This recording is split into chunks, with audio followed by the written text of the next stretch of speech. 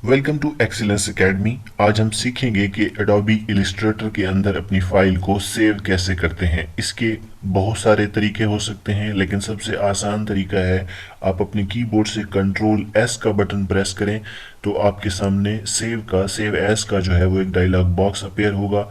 आप अपनी फाइल की लोकेशन तय करें कि कहाँ पर सेव करना है। मैंने यहाँ से इसे डेस्कटॉप किया और अपनी फाइल का नाम दें। फॉर एग्जांपल मैं इसे डेमो 1 के नाम से सेव करना चाहता हूँ, तो सेव के बटन पे क्लिक करें, आपकी फाइल सेव हो जाएगी। ये शॉर्टकट कमांड है कंट्रोल एस। या फिर फाइल के मेन्यू में जाकर सेव के बटन पे क्लिक करें तो तब भी आपके सामने सेव एज का डायलॉग बॉक्स खुलेगा। तो फाइल की लोकेशन तय करें और फाइल का नाम दें डेमो 2 के नाम से, और आप सेव के बटन पे क्लिक कर दें तो आपकी फाइल सेव हो जाएगी। इसके लिए आपसे वो पूछ रहा है कि किस वर्जन के अंदर फाइल को सेव करना है।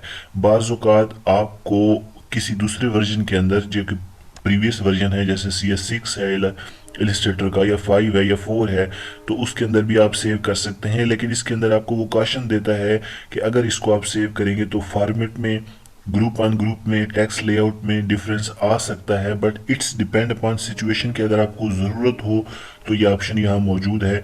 मैं इसको फ़िलहाल लेटेस्ट वर्जन में करता हूँ और ओके के बटन पे प्रेस करता हूँ तो मेरी फाइल डेमो 2 के नाम से AI एडोबी इलिस्ट्रेटर के नाम से सेव हो चुकी है। जैसे डेस्कटॉप पे आप देख सकते हैं ये यहाँ पे मौजूद है।